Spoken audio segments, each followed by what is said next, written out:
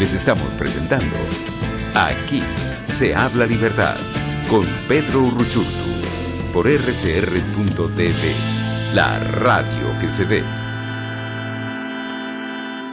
Bien, amigos, estamos de regreso en Aquí se habla libertad, en esta oportunidad ya con nuestro segundo invitado del programa de hoy, Carlos Sánchez Berzaín, abogado, politólogo, director del Inter-American Institute for Democracy. Y pues nos alegra y contenta muchísimo tenerlo, nos honra además su presencia en nuestro programa para conversar sobre varios temas, desde luego sobre Venezuela, pero también sobre la región en momentos de tanta incertidumbre y sobre todo de lo que pareciera ser una rearticulación del Foro de Sao Paulo, de todos estos actores que ya hemos visto cómo andan pues por allí, aprovechándose de la pandemia para decir que la libertad pues ya no es la respuesta. Bienvenido, Carlos, gracias por acompañarnos. Encantado, Pedro, un saludo a usted y a toda la audiencia. No, gracias a usted. Y quiero comenzar, Carlos, por el contexto venezolano en un momento en el que, como sabes, nuestro país está bajo una especie de tensa calma. Se aproximan unos tanqueros iraníes con combustible, algunos dicen que algo más. Dentro de todo esto, pues también Estados Unidos ha dicho que pues el régimen está rodeado. Sabemos que en el Caribe se está dando una operación en este momento digamos, multinacional, donde precisamente buscan frenar narcotráfico y pues otros flagelos. Y a la par de todo esto, pues pareciera que hay una preocupación de algunos sectores que dicen que pues tenemos que permitir que entre el combustible de Irán y que tenemos que dejarnos ayudar por Irán sin suponer que eso es una amenaza para nuestra región y para el hemisferio, ¿no? ¿Cuál es tu lectura sobre esto? Sobre todo porque pareciera que nos están diciendo que hay que dejar que el régimen venezolano haga negocios con este tipo de aliados tan peligrosos. Mire, el tema es que Venezuela está en una crisis tan grande que el gobierno legítimo no gobierna. Entonces toda la iniciativa está librada a la usurpación. Y esto que ustedes están viendo hoy día y el tema que está discutiendo es la agenda que pone la usurpación.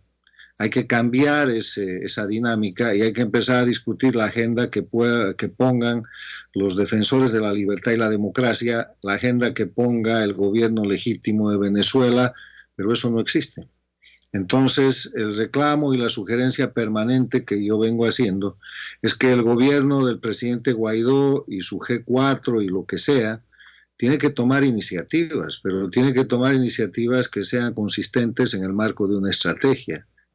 Y la iniciativa última que se le ha sugerido es que pida a la comunidad internacional que ha reconocido a Guaidó como presidente la conformación de una fuerza armada multinacional bajo el mando del presidente Guaidó para, primero, formar la amenaza creíble y, segundo, si la amenaza creíble no funciona, hacer cesar la usurpación. Es un hecho que conocen todos los venezolanos y que cada vez es más claro para la comunidad internacional que la usurpación castrochavista de Venezuela no va a cesar sino por la fuerza, porque se sostiene por la fuerza. Y esto que ustedes están analizando hoy día, de nuevo, parte de la agenda de la usurpación, que es la llegada de buques iraníes, es parte de esa agresión, de esa ocupación, de esa violencia contra la soberanía del pueblo de Venezuela que es practicada por un grupo delictivo cuyos principales jefes ya tienen procesamientos internacionales, órdenes de captura e incluso recompensas. O sea, este es un tema de iniciativa. Incluso la ley física manda que no hay espacio vacío en la naturaleza, y en la política y en los gobiernos y en las crisis sucede lo mismo. Lo que no haga el liderazgo de oposición, lo que no haga el gobierno legítimo de Venezuela, ha de ser llenado por la dictadura y por la usurpación, y lamentablemente eso es lo que viene pasando todo el tiempo. La agenda que se discute es una agenda reactiva a las propuestas, a las iniciativas, a los abusos, a los atropellos de la dictadura, y el gobierno legítimo de Venezuela no tiene iniciativa alguna. Sí, eso realmente es una de las, a mi modo de ver, es el diagnóstico que pues más debe motivar a tomar algún tipo de iniciativa. Ahora bien, algunos dicen, por ejemplo, que teníamos el reciente caso de la frustrada Operación Gedeón, que sabemos que terminó siendo un desastre y sabemos todo lo que terminó implicando, pero esto ha servido, independientemente de su resultado, esto ha servido para que los sectores, incluso de ese G4 que usted nombra, digan que esa vía de la fuerza fracasó, que esa vía de la fuerza no solamente es una fantasía, sino que no va a traer ningún resultado y que la única opción posible entonces es negociar y dialogar con el régimen como si no lo hubiéramos hecho por 20 años consecutivos. Es decir, frente a una sola acción que hasta donde se sabe no estaba del todo concertada con el gobierno interino, o si lo estaba, salió mal o lo que sea, cuando se sepa realmente la verdad plena de todo lo que ocurrió, por un solo intento ya descartan eso, pero irónicamente no dicen nada de los 20 años y de los 17 procesos, los 12 procesos de diálogo, de falso diálogo que han tenido lugar en nuestro país y que han fallado. Mire, hay un concepto que hay que recordar, se llama oposición funcional. Y es un concepto politológico que introduzco en el análisis de lo que son las dictaduras del siglo XXI, del castrochavismo. La oposición, técnicamente, politológicamente, es un grupo político que disputa el poder y que tiene la opción y el propósito de tomar el poder en democracia por medio de las elecciones. La oposición funcional, en cambio, es un grupo político que dentro del sistema de dictadura electoralista que ha montado el castrochavismo cumple el rol de opositor para simular la pseudodemocracia o la apariencia electoral que el régimen promueve y que tiene la tarea de permitir la permanencia del gobierno, del régimen. Entonces, estamos aquí, con lo que usted me dice, que le creo, ante una señal de ejercicio de oposición funcional. Por varias razones. Primero, porque Gedeón y los opositores que han dicho eso deberían saberlo. Gedeón es un operativo del G2 cubano de principio a fin. Y yo no he escuchado eso todavía de parte de los políticos venezolanos. Si revisan la historia de los 61 años del castrismo, van a encontrar que este tipo de operaciones de implantación de acciones patrióticas destinadas a fracasar y a dar éxito y publicidad a las dictaduras son una operación muy usual. O sea, para mí Gedeón es una trampa bien hecha en la que han caído y de la que tienen que salir los políticos venezolanos, que no pueden quedar atrapados en eso. Quedar atrapados en esa trampa es decir lo que usted me está comentando. En segundo lugar, no ha habido uso legítimo de la fuerza. Suponiendo que Gedeón hubiera sido una iniciativa que ha fracasado, es una barrabasada, es un acto de primitivismo y de inexperiencia absoluta en el ámbito de la política y una vergüenza desde el punto de vista de lo que es gobierno. Eso no puede haber existido, eso no puede ser, porque un Estado con un presidente legítimo como es Venezuela, y este es el tercer tema, hace las cosas legales, hace las cosas constitucionales y hace las cosas en el marco de la opinión pública que corresponde. Y eso es lo que se le está proponiendo. La conformación de una fuerza multinacional está permitida por la Constitución Política de Venezuela, que hace de Guaidó el presidente legítimo, hace de Guaidó el presidente jefe de las relaciones internacionales y el comandante en jefe. Él puede utilizar una de tres vías para hacer la fuerza multinacional. Las Naciones Unidas, con el precedente, por ejemplo, de la fuerza multinacional que se creó para recuperar la soberanía cuando Irán ocupó Kuwait, y una fuerza multinacional recuperó la soberanía de Kuwait, se llamó la Primera Guerra del Golfo. Eran más de 10 países liderados por Estados Unidos y por la Gran Bretaña. Entonces, el segundo canal que puede usar es el TIAR. Y el tercer canal son los acuerdos bilaterales y multilaterales, y no usa ninguno. O sea, yo no creo que un presidente que no se anima a utilizar los mecanismos legales, constitucionales que tiene a la mano, de pedir públicamente a los casi 60 países que lo han reconocido que ponga en marcha un proceso legítimo de darle fuerza al comandante en jefe de Venezuela, que es Guaidó, pueda pensar o pueda aceptar que la trampa del G2 cubano, de que se ha venido a llamar Gedeón, sea algo que genere un precedente. Lo que está pasando es que, de nuevo, están en la respuesta a las iniciativas de la usurpación y la dictadura. Gedeón es una iniciativa de la dictadura, están actuando en su cancha. La llegada de los 5 buques iraníes es una iniciativa de la dictadura. Las elecciones son una iniciativa de la dictadura y el diálogo donde los quieren llevar es una iniciativa de la dictadura. Por amor a Dios, tomen alguna iniciativa de parte del gobierno legítimo. Así es. Sin embargo, allí el argumento que ha usado el propio gobierno interino es decir que eso no depende de ellos. Es decir, el argumento con el que normalmente tienden a decir que que esto no se puede conformar tan fácilmente es porque al final ellos pueden pedirlo, pero que lo hagan los países es cuestión de los intereses de los propios países y que no basta con pedirlo porque al final si los países no están dispuestos a hacerlo, pues perderíamos el tiempo. Y obviamente nosotros en la historia sabemos que hay muchos ejemplos de muchos liderazgos que antes de llegar a una solución concertada de fuerza frente a contextos hostiles, pues tuvieron que hacer mucho para convencer. Y la primera tarea del liderazgo debería ser esa, ¿no? Convencer y persuadir a quienes tienen la opción y ayudar desde el liderazgo a conformar esa fuerza que usted plantea para que lo hagan. Y tampoco estamos viendo eso. Déjeme darle una respuesta a esa explicación. Primero, si no pide, no sabe la respuesta. Lo primero que tiene que hacer el gobierno es pedir. No hay excusa válida para que el presidente Guaidó no pida o deje de pedir o postergue la petición de la conformación de una fuerza armada multinacional bajo el mando de Guaidó. Segundo, el tema venezolano no es un problema de Venezuela y de los venezolanos, es un problema hemisférico y es un problema mundial. Y le voy a dar unos pocos indicadores. Primero, Venezuela es un centro de crisis humanitaria que afecta a toda la región. Han llenado de venezolanos todas las Américas, desequilibrando y destrozando las economías de los países donde los venezolanos han sido bien recibidos, pero han bajado el nivel de empleo y han aumentado niveles de riesgo en diferentes sociedades como Colombia, Ecuador, Perú, Bolivia, Chile, Argentina, Brasil, etc. Panamá, Estados Unidos. Segundo, ese nivel de riesgo que representa Venezuela está reflejado porque Venezuela hoy día es el centro del narcotráfico y del terrorismo, de la protección al terrorismo de origen islámico. Hay narcoestados, el castrochavismo es básicamente un grupo de narcoestados.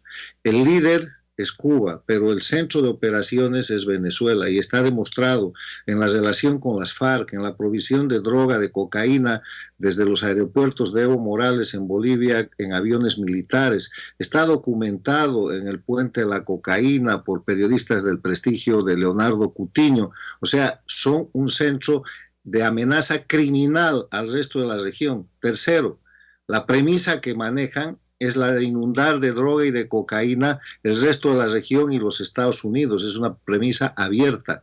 Cuarto, es el centro de conspiración, sedición y desestabilización de todas las democracias de la región.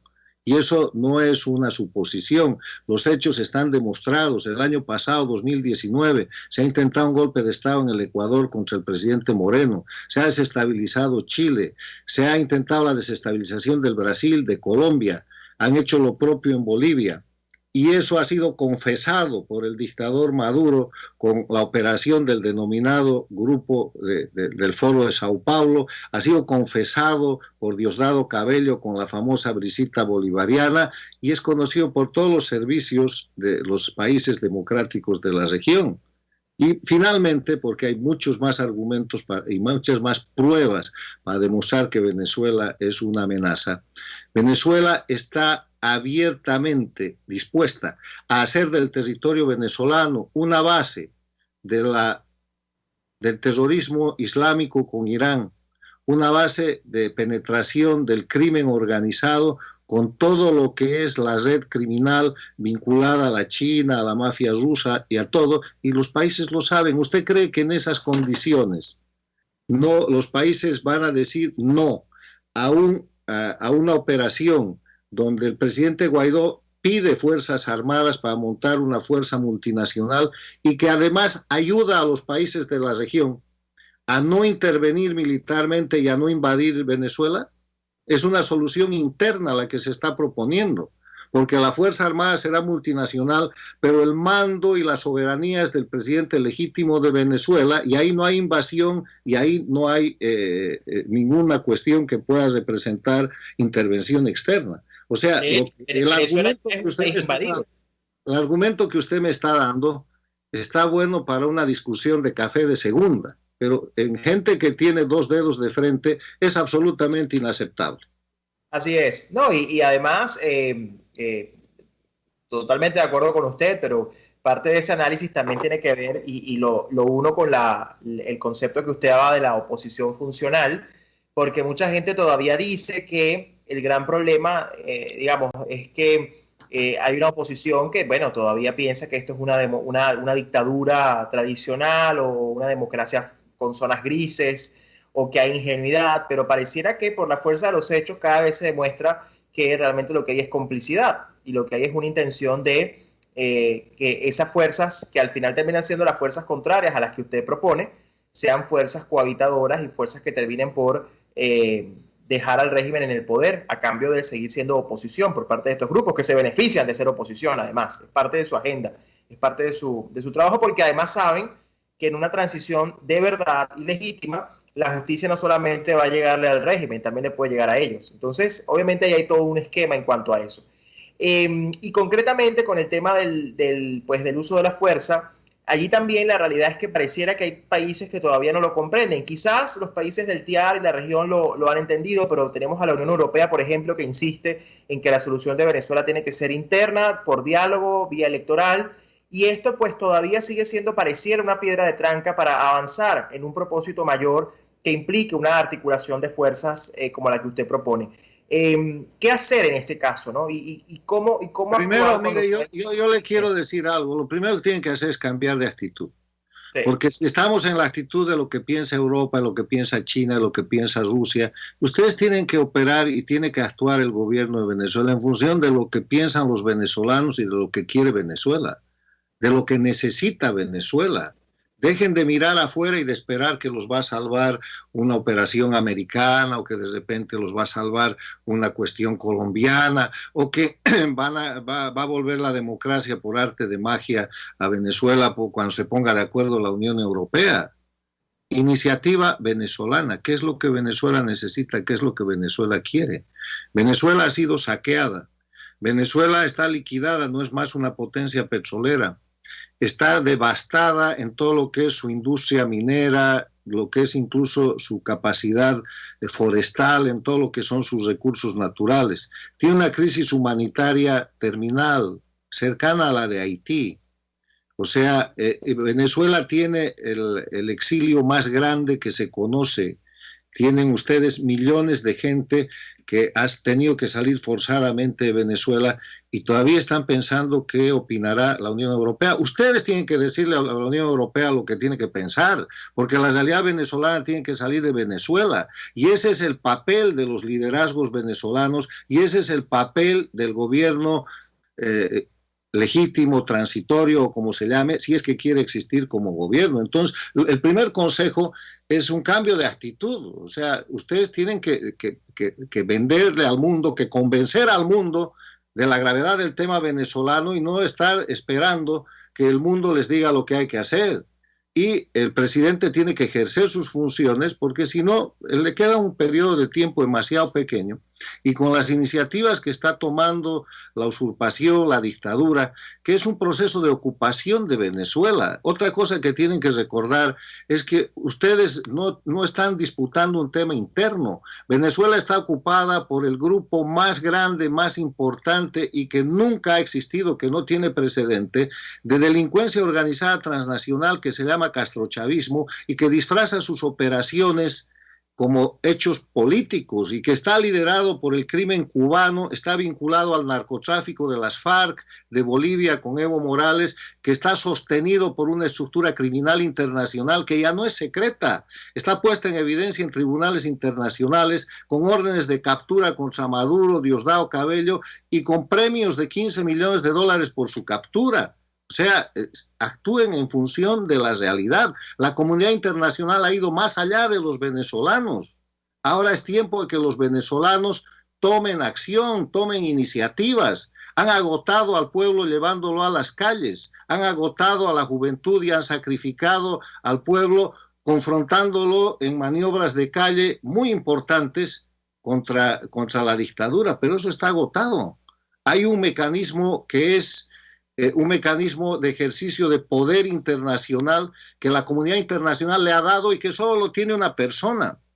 Yo no estoy ni a favor ni en contra del señor Guaidó, pero resulta que el señor Guaidó es la única persona en Venezuela que tiene la potestad legal de utilizar la condición de jefe de las relaciones internacionales y de comandante en jefe para pedir una fuerza armada multinacional. Nadie más lo puede hacer. Entonces, a mí se me ocurre que para que Guaidó haga eso, el pueblo, en vez de salir en manifestaciones, debería empezar una carta pública pidiéndole a Guaidó que haga esto y a ver si cuando tiene unos cuantos millones de firmas se anima a hacerlo. Así es, así es. Bueno, señor Sánchez, gracias por su entrevista y por su tiempo. Ya lamentablemente se nos acabó el tiempo de la entrevista. Gracias por su claridad y por su lucidez en esto y totalmente de acuerdo con usted. Lo primero pasa por asumir un cambio de actitud y sobre todo un compromiso genuino con lo que nos corresponde como ciudadanos y también pues al liderazgo que hoy tiene la enorme responsabilidad de dirigir el gobierno legítimo de Venezuela en un contexto en el que, como usted decía, Venezuela ya es un país que está invadido. Es decir, ese cuento de la invasión y ese cuento de que vienen ya Venezuela es un país invadido, tomado, desmantelado, y eso desde luego amerita que la solución no solamente sea, digamos, externa en el sentido de quienes pueden ayudar, pero interna en cuanto al liderazgo que debe encargarse de que esto ocurra. Así que muchísimas gracias por su tiempo y por su claridad meridiana en todo este tema y gracias por ser un aliado de la causa venezolana. Encantado, mucho gusto, gracias. Bien, conversábamos con Carlos Sánchez Berzaín, quien es director del Inter-American Institute for Democracy y también politólogo, abogado, con quien hablábamos pues, de varios temas relacionados a Venezuela, a la región y por supuesto a qué debe hacerse, qué se debe hacer para precisamente garantizar que Venezuela sea liberada. Y bien amigos, esto ha sido todo por el día de hoy. Gracias por acompañarnos como siempre en Aquí se habla libertad. Importante todas las reflexiones del día de hoy, una reflexión desde la libertad, también una reflexión desde lo que debe hacer el liderazgo político en Venezuela y también una reflexión sobre el chantaje que se pretende imponer frente, digamos, o a partir de quienes quieren decirnos que las sanciones son las culpables de nuestra tragedia. No son las sanciones las culpables de nuestra tragedia, no es este tipo de medidas que van directamente contra los responsables de nuestra tragedia. Ellos sí son los responsables y hacia ellos tenemos que apuntar. Y este tipo de acciones, que si bien es cierto, nos afectan, no son culpa de las sanciones, son culpa de las relaciones que estos responsables poco a poco fueron construyendo dentro de un entramado criminal que han hecho a nuestro país hoy lo que es lamentablemente el centro del crimen internacional. Así que la reflexión tiene que ser esa, tiene que ir hacia allá. No podemos permitir que se nos chantajee diciéndonos que son las sanciones las que culpan esto, las que son los culpables de esto que estamos viviendo, sino el régimen que por 20 años se encargó de destruir a todo un país. Gracias por escucharnos y nos volvemos a escuchar la próxima semana por aquí, por RCR, en Aquí será Libertad. Chao, chao. RCR presentó Aquí se habla libertad con Pedro Urruchurtu. RCR